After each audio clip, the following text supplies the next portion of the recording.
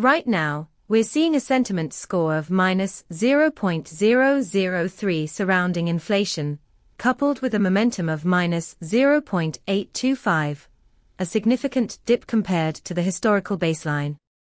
This unusual negative momentum indicates a notable shift in sentiment that you don't want to ignore.